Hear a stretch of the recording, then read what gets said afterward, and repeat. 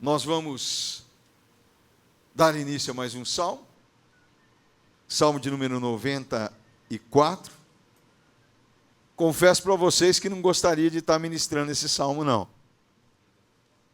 Gostaria que o pastor Luciano tivesse ministrando ele, para não estar com a responsabilidade dele sobre os meus ombros. Mas aprove Deus que a semana passada ele concluiu o Salmo 93, né? Então, hoje nós estaremos dando início ao Salmo 94. E eu confesso para os irmãos que esse salmo, não só esse, mas esse bateu demais em mim. Esse salmo aqui me fez eu refletir muitas coisas. E eu tenho certeza, convicção, que o Espírito Santo de Deus fará você também refletir também. É um salmo de uma grande reflexão para nós agirmos de uma maneira correta, humilde, não querermos nos exaltar, mas que nós possamos verdadeiramente estarmos em humildade diante de Deus e clamarmos ao Senhor para que Ele possa ser o nosso socorro. Porque Deus, Ele socorre os humildes, mas Deus não tem compromisso nenhum com aqueles que são exaltados, que são orgulhosos, que são presunçosos. Deus não tem compromisso. Mas eu tenho certeza que Deus trouxe as pessoas certas aqui, Deus também colocou as pessoas certas para estar conosco através da internet, os membros online dessa igreja. Estão ali os que estão conosco, estão conectados, para que o Espírito Santo possa trabalhar em nossos corações. Eu tenho plena convicção que nós sairemos daqui dessa noite mais um pouco moldados pela palavra de Deus, né? Porque nós somos como aquele barro na mão do oleiro. Eu sei que não é fácil, né? Ser trabalhado pelo oleiro. Eu sei que às vezes dói, machuca, e ele vai trabalhando em nossas vidas, porque é tão fácil trabalhar na vida de uma criança, né? Mas nos adultos é difícil, né, irmãos? Agora Deus é o Pai, e nós não passamos de crianças diante dele, né? É aquela criança desobediente, que o pai precisa de vez em quando dar uns puxãozinhos de orelha, dar umas correção, né? Então nós estamos diante desse Deus hoje, e eu tenho certeza que a palavra irá falar aos nossos corações e trabalhar em nós. Salmo 94, o tema do estudo dessa noite, um clamor nacional.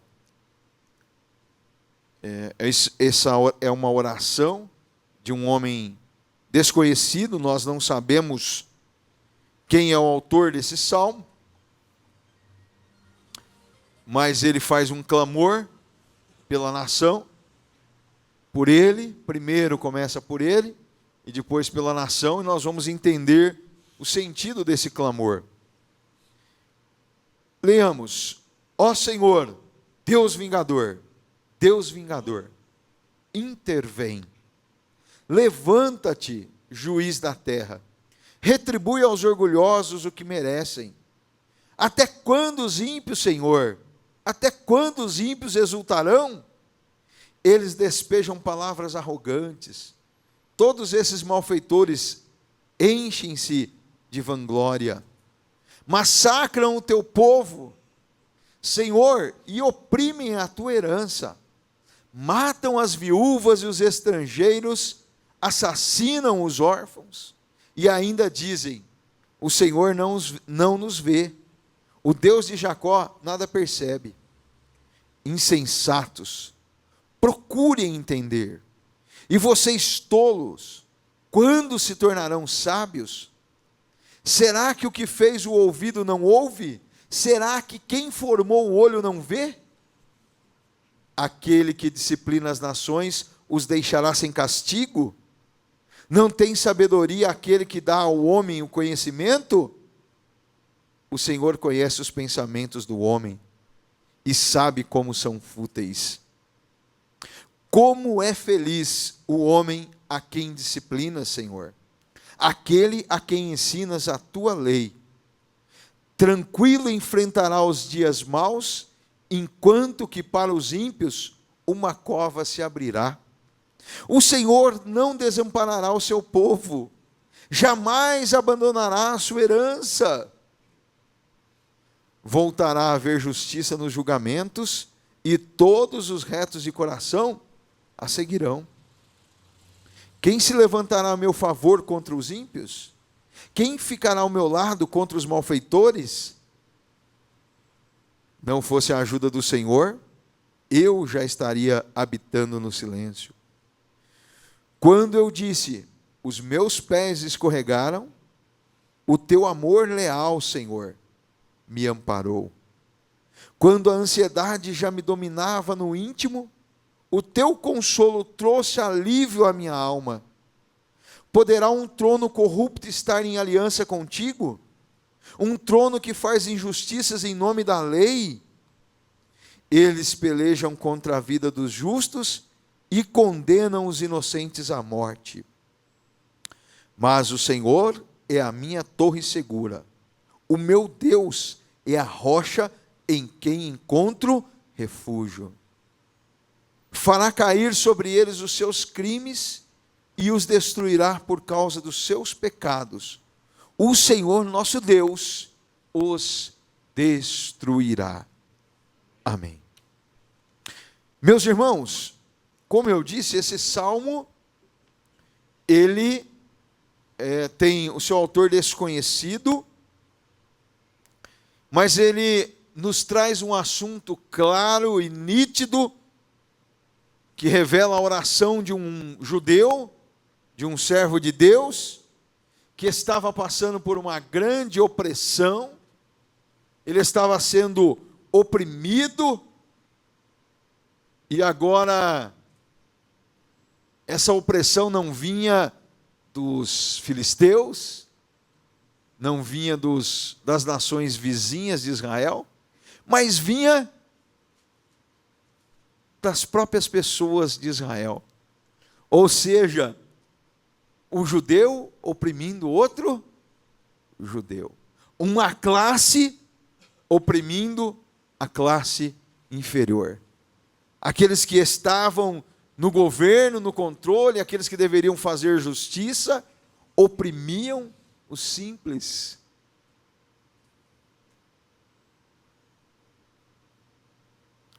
Irmãos, eu fico imaginando o povo de Israel. Como que Deus chamou aquele povo? De seu povo. Era meu povo. Era o povo de Deus. Era para eles serem o exemplo para as outras nações. Exemplo na administração pública. Exemplo na educação, no senso moral, na ética. Era para as nações vizinhas olhar para eles e sentirem inveja deles e perguntarem: quem é o Deus de Israel? Por que essa nação é tão próspera? Por que esse povo é tão abençoado? Por que esse povo é tão diferente? Por que no meio deles não há quem mendigue o pão?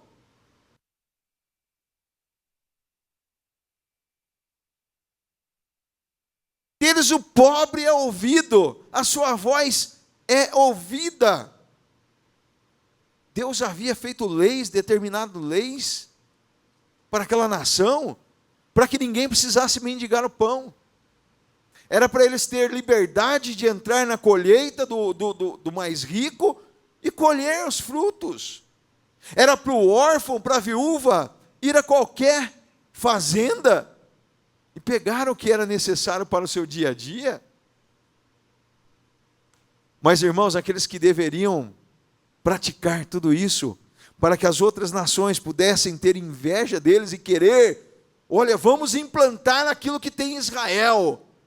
Era para ser estudo de case, né? Olha, vamos trazer tudo aquilo que tem em Israel para as nossas nações. O povo judeu, quem que é o seu Deus? Vamos conhecer de perto esse Deus que criou essas leis maravilhosas. Que as pessoas não têm necessidade de pão. O pobre é feito justiça para ele. Espera aí. Nós queremos trazer isso para a nossa nação. Nós queremos implantar o que tem aí. Não. Em vez deles agirem desta maneira, eles começam a agir conforme as outras nações que existiam ali do seu lado. Em vez do nome de Deus ser exaltado e glorificado através das ações daquele povo, a qual Deus o chamara de meu povo, o nome de Deus era blasfemado. Por quê? Porque eles agiam como um povo ímpio.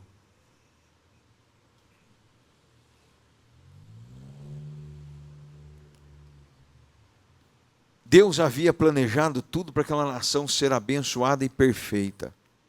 Mas o povo distorceu o caminho de Deus. E agora, depois de falar tudo isso para vocês, agora vamos trazer para nós agora. O que acontece com o povo de Deus hoje? A nação eleita. Muitas das vezes nós deixamos acontecer o mesmo que acontecia em Israel. Nós não cuidamos do órfão, nós não cuidamos da viúva, nós não socorremos as pessoas nas suas necessidades. Pelo contrário, em vez de praticarmos a justiça, o amor, nós praticamos aquilo que é errado. Será que os nossos vizinhos, irmãos, olham para a nossa casa? Ou será que os nossos vizinhos olham aqui para a casa de Deus e dizem assim, olha, aqui é a casa de Deus, é onde Deus tem falado na cidade de Campinas? Será que lá na nossa casa os nossos vizinhos ficam curiosos para saber o que acontece lá dentro? Uma casa onde há paz, uma casa onde Deus se faz presente? Será que ele olha lá para dentro da nossa casa e fala, o que está acontecendo na casa desse homem? O que acontece na casa dessa mulher? Tem algo diferente. Eu preciso saber o que acontece com esse povo. O que acontece quando esta igreja louva? O pastor disse que aqui, eu não estava, mas disse que teve uma profecia, que as pessoas de Campinas seriam atraídas pela música desta igreja. Então o que está acontecendo que ainda não foram atraídas? Aonde está o erro? Será que o erro está em Deus? Ou será que o erro está na minha vida? Deus erra? Deus se equivoca? A palavra de Deus vai e volta vazia? Ela não vai e volta vazia. Por que as pessoas não estão curiosas em vir saber o que está acontecendo? Olha, irmãos, eu falei para vocês que hoje, eu não queria falar hoje, irmãos. Porque a palavra bateu muito em mim, irmãos. Eu passei o dia inteiro, hoje sendo assim, massacrado no trabalho, por algumas situações. Mas eu não conseguia desligar do meu pensamento dessa palavra. Porque essa palavra bateu demais em mim. Agora eu fico imaginando também quantos salmistas como esse que não estão com seus joelhos dobrados e dizendo, Senhor, até quando, Senhor? Deus, o Senhor enviou a palavra para essa igreja, que as pessoas seriam atraídas, por que elas não estão sendo atraídas, Senhor? Até quando? Faz justiça, Deus. Eu creio que ainda existem 400 ainda, que não se dobraram, 7.000, que não, eu estou confundindo os profetas de Baal, né? E de Azera, Mas ainda existem 7.000 que ainda não se curvaram ainda às coisas do mundo e estão dizendo: Senhor, até quando? Faz justiça, Deus. Nós precisamos da tua justiça, Senhor. Eu creio que tem muitos ainda que dobram seus joelhos e clamam, porque estão se sentindo sufocados. Estão se sentindo injustiçados neste mundo terrível. E o Espírito os incomoda, porque quem faz esse tipo de oração não é incomodado pela carne, não, é pelo Espírito. O Espírito está lá: ora, filho, ora, filha, eu ainda vou fazer um rebuliço, eu ainda vou fazer algo tremendo, você vai ver a minha glória se manifestar. E ele continua, incessantemente, orando. Porque, irmãos, é fácil olhar para a situação de Israel, né? Aquele povo era muito ingrato a Deus. Aquele povo se esquecia rapidamente dos feitos de Deus. Mas eu quero dizer que eu esqueço rapidamente das grandes maravilhas que Deus faz na minha vida. Nós nos esquecemos, nós não somos diferentes desse povo. E se deixar, irmão, se o Espírito não nos corrigir, se o Espírito não trabalhar em nós, daqui a pouco nós estamos cometendo coisas piores. A Bíblia diz que dentro da casa do Senhor, eles haviam feito imagens dentro da casa de Deus e adoravam a Deus às escondidas, a esses deuses escondidos. Planejavam, maquiavam todo o mal ali dentro da casa de Deus. E se bobear, nós estamos fazendo igual ou pior. Por isso que Deus está nos corrigindo, Deus nos ama, e eu louvo a Deus quando Deus traz esta palavra ao meu coração, porque eu sei que o amor de Deus se derrama por nós, Ele continua ainda se derramar de uma forma especial, para que nós possamos corrigir, ser corrigidos pela sua palavra, e andar segundo o seu querer e a sua vontade. Oh, irmãos, como é bom ser filho de Deus, como é bom ser corrigido por Ele.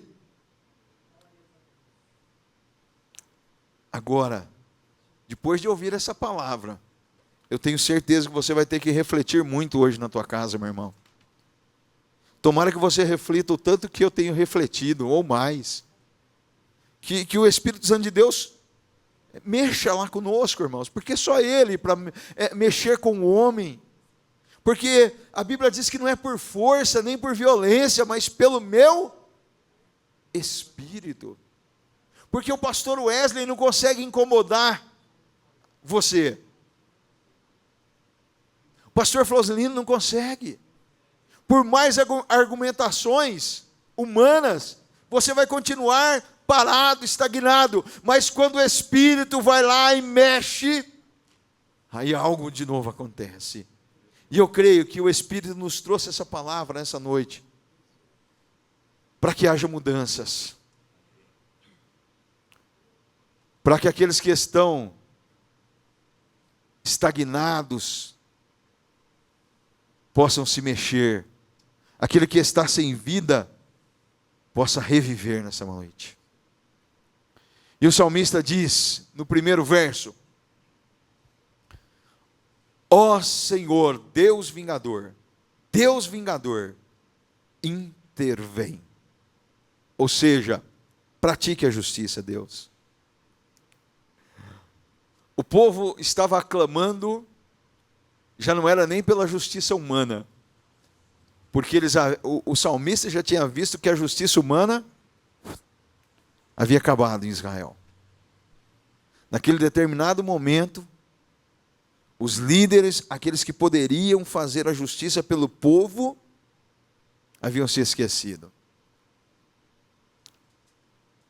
E ele pede a Deus: Deus, faça justiça. E ele vai fundo, ele diz assim: Deus vingador. Parece uma coisa assim muito dura, né, irmãos? Agora, será que Deus se vinga mesmo? Sim. Ele é um Deus vingador, Ele é um Deus de justiça. Só que diferente da vingança humana, porque O homem, quando ele quer se vingar, é para se inflar. Quer satisfazer o seu ego. Ele foi ferido e ele quer mostrar agora a sua suposta sagacidade, perspicácia. Olha, eu sou perspicaz ao ponto de, tá vendo, ele pisou comigo, agora olha o que eu fiz com ele. Com Deus não. Com Deus, ele trata com equidade, ele faz justiça perfeita. E uma vez nós falamos aqui que a justiça humana, por mais que ela seja feita ou bem executada, tem imperfeição nela. Você vira para aquele que foi injustiçado e pergunta: você acha que agora foi feita justiça? Mais ou menos, né? Aquilo que eu perdi não é devolvido. Ele não sente a restituição. Mas Deus, quando Ele faz justiça, Ele restitui. Ele restitui, meu irmão. Então Deus, Ele pratica a justiça perfeita. Agora, tem muitos querendo fazer a sua justiça. E porém, nós sabemos pela palavra de Deus que a vingança pertence a Deus. A palavra do Senhor, no livro de Romanos, capítulo de número 12, dos versos 13 ao 19, nos diz assim: compartilhem o que vocês têm com os santos em suas necessidades. Pratiquem a hospitalidade. Abençoe aqueles que os perseguem. Abençoe e não os amaldiçoem. Alegrem-se com os que se alegrem e chorem com os que choram. Tenham uma mesma atitude uns para com os outros. Não sejam orgulhosos, mas estejam dispostos a associar-se com pessoas de posição inferior. Não sejam sábios aos seus próprios olhos. Não retribuam a ninguém mal por mal. Procurem fazer o que é correto aos olhos de todos. Façam todo o possível para viver em paz com alguns, com todos. Amados, nunca procurem vingar-se, mas deixem com Deus a ira, pois está escrito: minha é a vingança e eu retribuirei, diz o Senhor. Irmãos, você não precisa de provar nada a ninguém que te fez o mal. Pelo contrário, a única coisa que você precisa de provar é que você tem o amor de Deus. Você não precisa de retribuir o mal com mal, mas pagar o mal com bem. É fácil? Não. Os homens não entendem dessa maneira. Quando você vê as reportagens e você observa, quando perguntam para alguém que foi injustiçado ou alguém que perdeu um ente querido porque alguém o assassinou, você perdoaria essa pessoa? Não, não perdoaria. Eu sei que humanamente falando, irmãos, é impossível. Mas aqueles que têm o Espírito Santo de Deus, têm condição de perdoar aqueles que os ofendem. Mas é através do Espírito Santo de Deus. Você, como filho de Deus, servo de Deus, deixe toda a ira de lado. Abandone a ira. Aquele que te fez o mal, perdoe essa pessoa. Não deixe que nenhum resquício, nenhuma raiz de amargura brote no seu coração.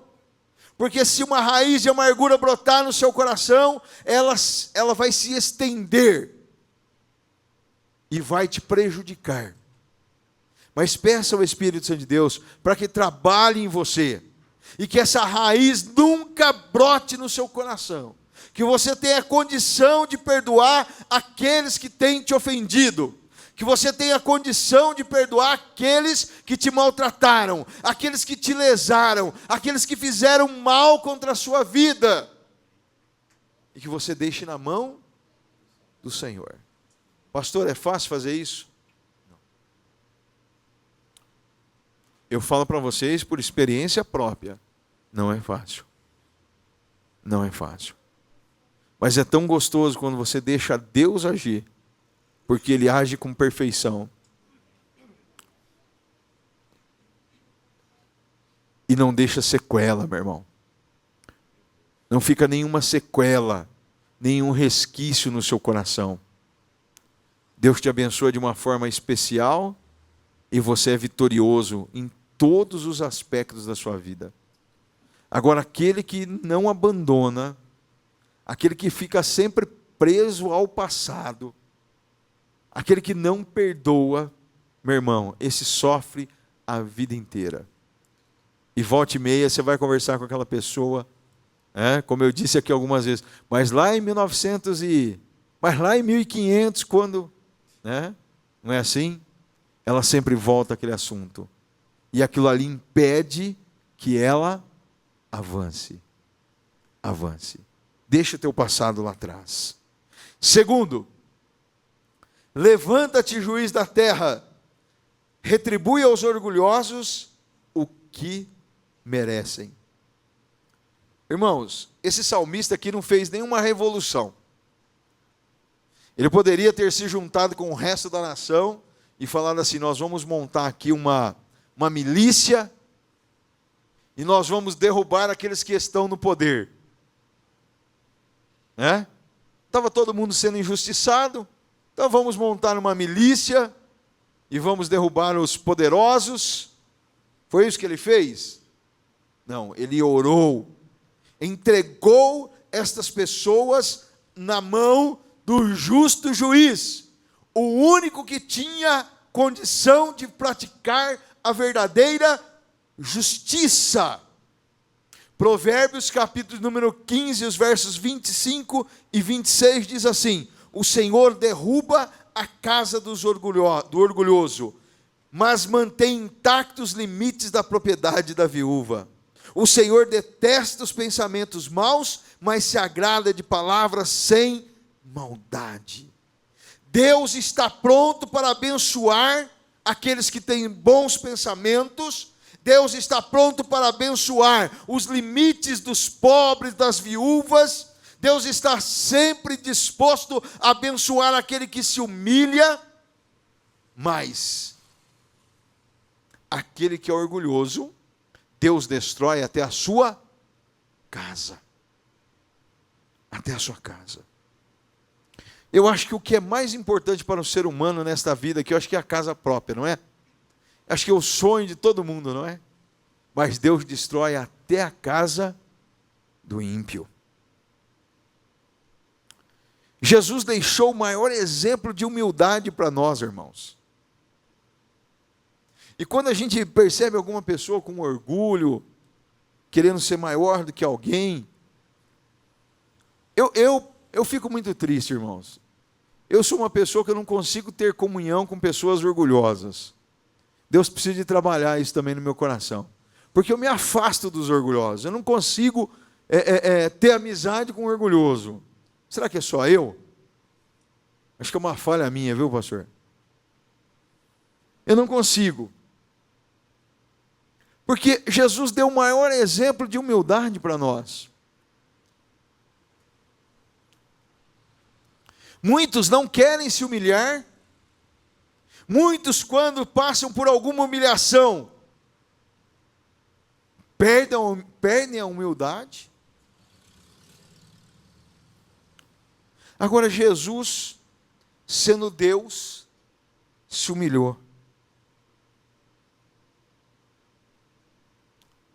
Filipenses capítulo número 2, versos 5 e 6 nos diz assim: seja a atitude de vocês a mesma de Cristo Jesus, que embora sendo Deus, não considerou ser igual a Deus, era algo que devia apegar-se. Versículos 7 e 8. Mas esvaziou-se a si mesmo, vindo a ser servo, tornando-se semelhante aos homens, e sendo encontrado em forma humana, humilhou-se a si mesmo, e foi obediente até a morte, e morte de cruz. Meu irmão, está aqui o maior exemplo de humildade.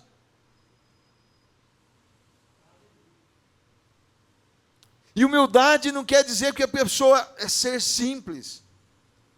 Humildade não é porque você anda de chinelo de dedo. Isso não quer ser humilde. Humilde é questão de espírito. Existem pessoas que são milionárias e são humildes. E existem pessoas que moram na favela que são orgulhosas. E Jesus nos deu aqui o maior exemplo de humildade. Ele, sendo Deus, não usurpou ser igual a Deus. Falou, olha, ele despiu-se de sua glória, deixou tudo lá, se tornou na forma de homem, coisa mais miserável, pecador. É lógico que ele não nasceu com derivado pecado, porque ele é o Filho de Deus, inserido em Maria pelo Espírito Santo. Amém? Nós cremos. Mas ele tirou ali a sua glória, deixou no céu e veio em forma de homem e humilhou-se e deixou ser humilhado. Além dele se humilhar, descer nessa forma aqui, ele ainda deixou ser humilhado. Esbofetearam, falaram contra ele, chamaram ele até de príncipe de demônio. Quantas coisas fizeram. E os discípulos, certa vez, ficaram tão revoltados que falaram, Senhor, olha, vamos orar ao Pai para que destrua essa cidade. Não, não é bem assim, meus filhos. Acalma aí, ainda tem coisa para realizar em Samaria. Fiquem tranquilos. Jesus, em momento algum, ele se encheu de orgulho. Pelo contrário, ele era humilde. Agora, tem muitas pessoas se vestindo de uma aparência de simples, uma aparência piedosa, de ser humilde, mas quando alguém pisa no calo dela, a humildade desaparece. Cai aquela máscara de humildade. E nós até nos assustamos. Espera aí, o que está acontecendo? E a Bíblia, será que ela fala alguma coisa sobre isso? Segundo Timóteo, a carta de Timóteo, no capítulo número 3, dos versos 1 ao 5, nos diz assim, saiba disso, nos últimos dias sobrevirão tempos terríveis. Os homens serão, primeiro, egoístas, avarentos, presunçosos, arrogantes, blasfemos, desobedientes a pai e mães, ingratos, ímpios, sem amor pela família, irreconciliáveis, caluniadores, sem domínio próprio, cruéis, inimigos do bem, traidores, precipitados, soberbos, mais amantes dos prazeres do que amigos de Deus, tendo aparência de piedade, mas negando o seu poder. Afasta-se destes. Então, quando você está se afastando de um orgulhoso, você não está cometendo pecado. Você está seguindo aquilo que a Bíblia diz. Tinha uma aparência de ser piedoso. Tinha uma aparência, mas ele nega a eficácia do poder de Cristo. Com as suas atitudes.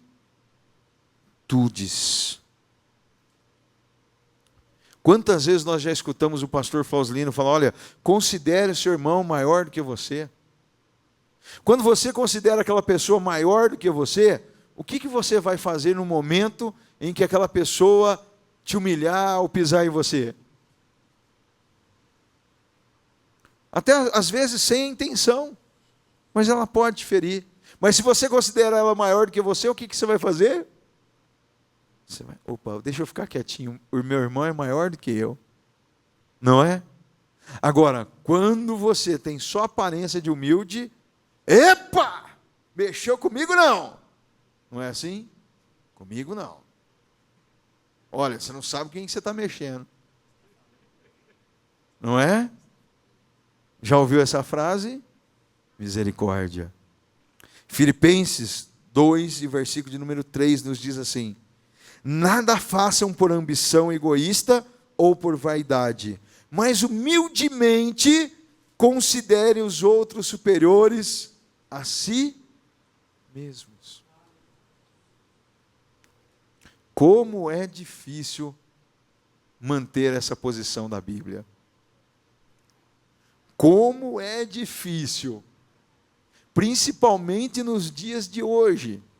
No Brasil, essa frase, você sabe quem você está falando?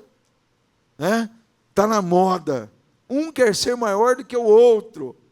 Quando foram questionar Jesus, uma certa mãe foi lá, falou, olha, que meu filho, um sente à direita, outro à sua esquerda. Quantas vezes as pessoas querem ter as melhores posições, mas o Senhor diz que lá no reino de Deus, a coisa é o inverso. Você quer ser o maior lá, você tem que ser o menor aqui. Certo? Mas não funciona, parece que as pessoas ouvem, mas na hora de praticar se esquecem. Uma certa vez, perguntaram ao grande maestro, um jornalista foi entrevistá-lo, viu, Urias? E olha só a pergunta que foi feita ao maestro. Qual é o instrumento mais difícil de ser tocado? Quem sabe alguém pensou, é a harpa, o oboé, os músicos aqui da igreja. Qual é o instrumento mais difícil de ser tocado? Sugestão aí. Hã? Violino? Violino? É? Vocês quase acertaram. Ele disse assim, o segundo violino. Sabe por que é o instrumento mais difícil para ser tocado? Porque ninguém quer ser o segundo. Todo mundo na orquestra quer ser o primeiro violino. Quando pede para o músico, olha, faça o segundo violino. Não, eu não. Eu quero ser o primeiro. Foi esta a resposta desse grande maestro. É o segundo violino. Só que o primeiro violino não vai ficar bonito se não existir o segundo violino. Para as coisas darem perfeitas, precisa de ter o primeiro e o segundo. O segundo tem que entender que ele é importante. E quando ele entende que ele é importante, ele não se sente menosprezado. Meu irmão, quando você se sente menosprezado, é porque você ainda não entendeu que no reino de Deus, você precisa diminuir para que você cresça. É assim que funciona no reino de Deus. E, olha, quebrar os paradigmas humanos, irmãos, que estão implantados em nós, enraigados na nossa cultura, nas nossas tradições, nas nossas universidades. Ninguém prega a humildade. Todo mundo quer usar uma Mont Blanc e quer mostrar. E aí quando você pede emprestada a Mont Blanc, não, essa aqui é uso exclusivo meu. É personalizada. Todo mundo quer ser o primeiro, quer se mostrar o mais importante. Mas no reino de Deus, as coisas são diferentes. Você quer ser grande no reino de Deus? Se diminua, seja servo como Jesus sempre foi servo. Se você não servir para servir, você não poderá ser servido por ninguém. No reino de Deus, você precisa servir. Pedro não entendeu essa didática de Jesus. Jesus foi lavar os pés dos discípulos. Pedro, epa, o meu pé não, Senhor. O meu o Senhor não vai lavar, não. Ah, é, Pedro? Você não quer ter parte comigo? Se eu não lavar o teu pé, você não vai ter parte comigo. Ô, Senhor, então me lava o corpo inteiro, Jesus. Não é isso? Muitas das vezes nós não entendemos, irmãos, que para ter parte com Deus, nós precisamos de descer. Descer. Pastor, mas fizeram de mim um capacho na igreja. Não tem problema, meu irmão. Será que Deus sabe todas as coisas que estão acontecendo? Será que Deus está no controle da sua vida realmente? Será que Deus não permitiu para que você fosse humilhado naquele momento, para você não se orgulhar lá na frente? Porque eu não sei aonde que Deus vai te levar. Talvez Deus vai te colocar em posições muito elevadas.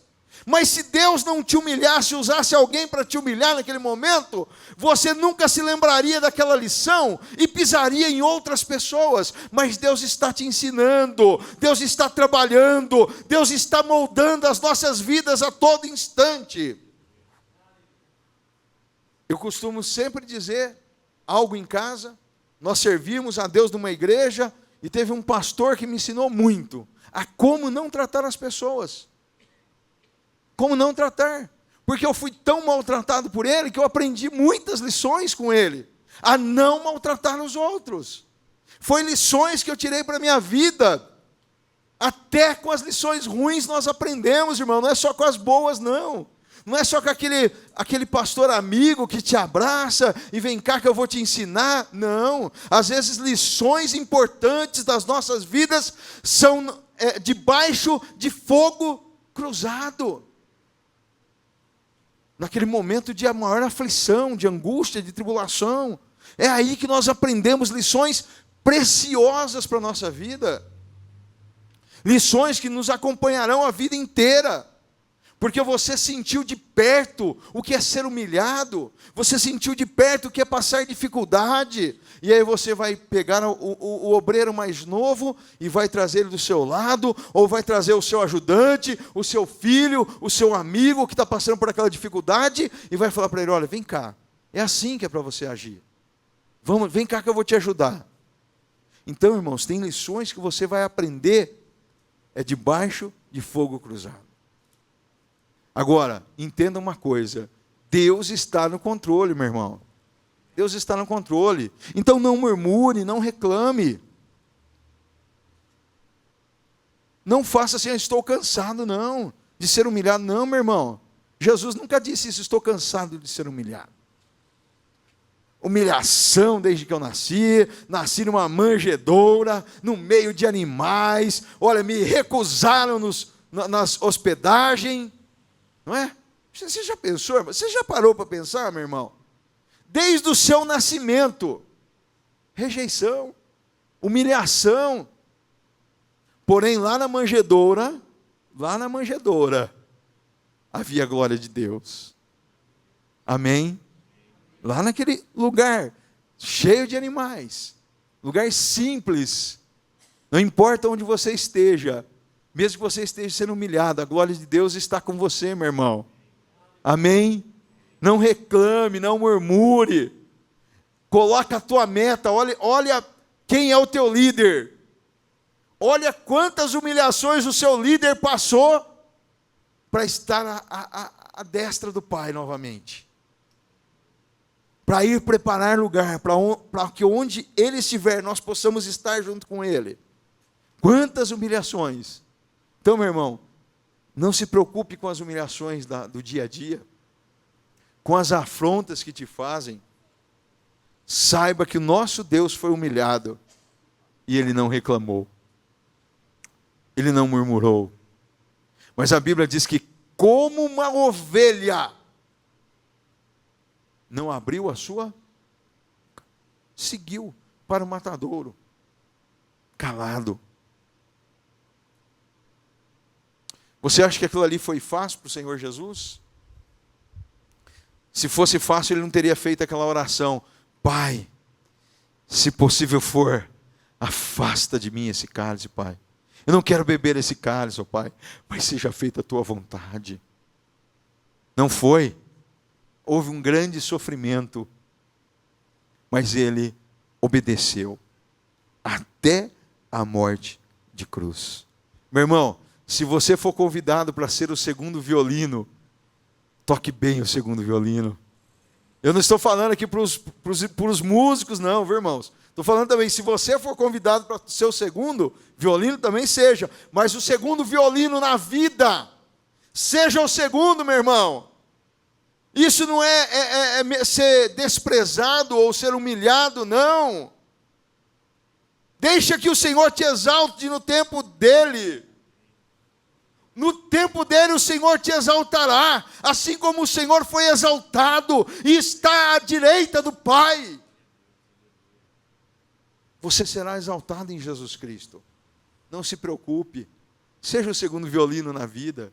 Te colocaram como segundo violino? Eu vou ser o segundo violino, mas Deus vai me abençoar aqui como segundo violino. Olha, eu sou formado, pastor, eu tenho mestrado, estou fazendo doutorado, eu tenho doutorado, eu não posso aceitar um emprego. Se Deus abrir uma porta de emprego para você simples, entre por essa porta. Deus vai te abençoar nessa porta simples, meu irmão. Entre pela obediência. Deus vai te exaltar. Deus vai te fazer grande. Deus fará seus passos prosperar. Mas fique sempre na posição do Senhor. Não precisa de dizer para ninguém quem você é. Deixe que a glória de Deus resplandeça na sua vida, que eles olhem para você e vejam a glória de Deus. Assim como a glória de Deus brilhava em Moisés. Essa passagem é tão maravilhosa, né? Seu rosto brilhava. Deixa seu rosto brilhar, que o nome do Senhor seja exaltado e glorificado na sua vida. Amém? Não vai dar para nós continuarmos. Jesus bateu demais, mas é porque Ele nos ama, irmãos. Ele nos ama. Ele está nos corrigindo nessa noite, porque Ele nos ama. Amém?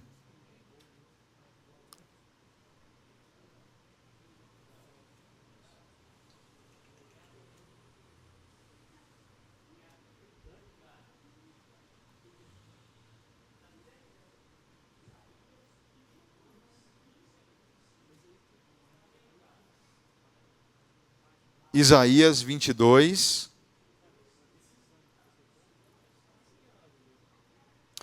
O pastor Paulo está sugerindo, irmãos, para você ler em casa, Isaías capítulo 22, dos versos 25, do 15 ao 25.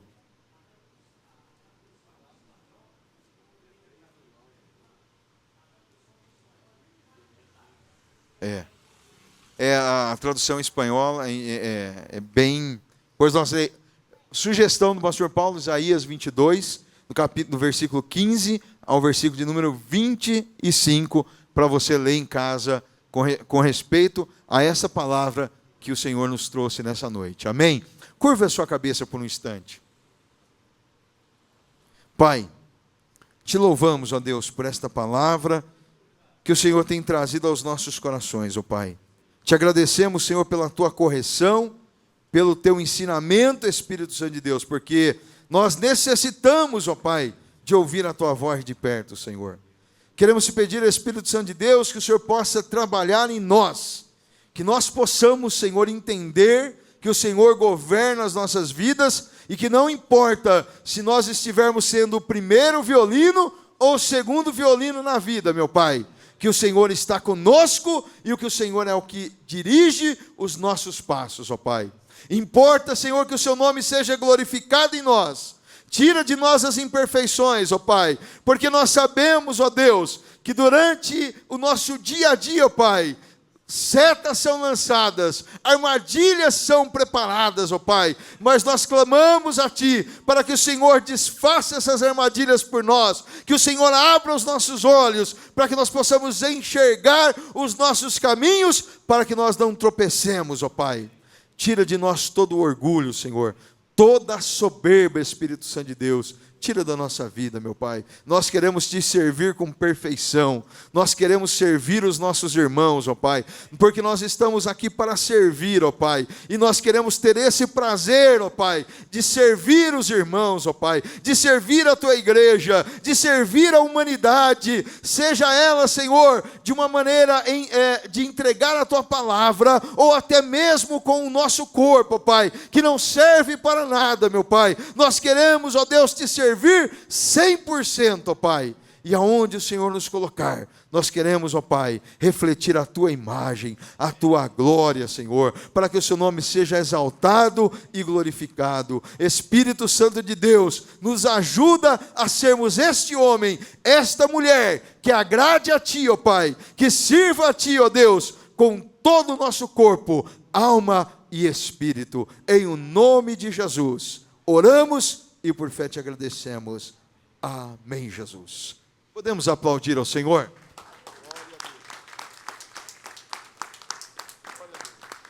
Louvado seja o nome do Senhor para todos.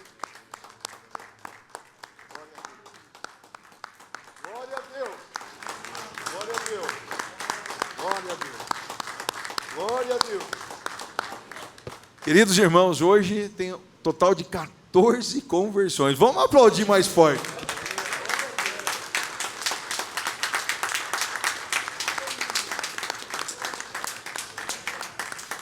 Essas pessoas acessaram o site nesse dia e aceitaram a Jesus. Antes do culto, durante o culto, e eu tenho certeza que ainda não vão parar hoje, né? Glória a Deus, porque o dia ainda não acabou, vai até a meia-noite. Hoje, Lastene Pedro da Silva, de 32 anos, de Belo Horizonte. O José Robson Menezes, de 37 anos, de São José de Mipibu. Ezequiel Santana, de 49 anos, de Ananindeua. Miriam Oliveira, de 33 anos, de Quebrangulo. Olha. Jailson Santos, de 45 anos, de Brasília. Aline de Fátima, de 25 anos, de Campinas. O Sérgio, de 28 anos, de Catas Altas. Franciele Lima, de Abadia dos Dourados. Cleomar Gomes da Silva, de 19 anos, de Puã. Jardel Pisa de Araújo, de 31 anos, de Juruáia. Estela Cavalcante, de 17 anos, de Mogi das Cruzes. Vânia Braceiro, de 32 anos, de Aracaju. Josiane Ramos Mota, de 23 anos, de São Paulo. Luiz Gustavo, de 29 anos, de Santa Cruz do Sul. Glória a Deus, irmãos. Olha, louvado seja o nome do Senhor. Louvado seja o Espírito Santo de Deus. Louvado Deus santo e justo, aleluia. Coisa linda, né? Do norte ao sul, glória a Deus. Louvado seja o nome do Senhor, coisa linda. Pai, te louvamos, Espírito Santo de Deus, por essas vidas. Te agradecemos, Espírito Santo de Deus, porque o Senhor tem falado a esses corações, tem trabalhado nas suas mentes, ó Pai, e queremos pedir, ó Deus, que o Senhor continue a sua boa obra, ó Pai. Como tua igreja, enviamos uma palavra de perdão, de libertação, em nome de Jesus, que eles se sintam agora filhos de Deus, abraçados por Ti, Espírito Santo. Queira cuidar deles, Senhor, nas suas mínimas necessidades, ó Pai, que eles possam ter uma casa para congregar, que todos os seus familiares possam encontrar a Ti, e que, Senhor, aonde eles colocarem as plantas dos pés, a Tua presença esteja com eles, ó Pai. Repreendemos toda a fúria do inimigo, todo levante de Satanás contra essas vidas, sejam desfeitos, desbaratinados em nome de Jesus Cristo, que o nome deles possam ser escritos no livro da vida, e que de lá nunca mais sejam removidos, ó Pai, em nome de Jesus. Amém, Senhor.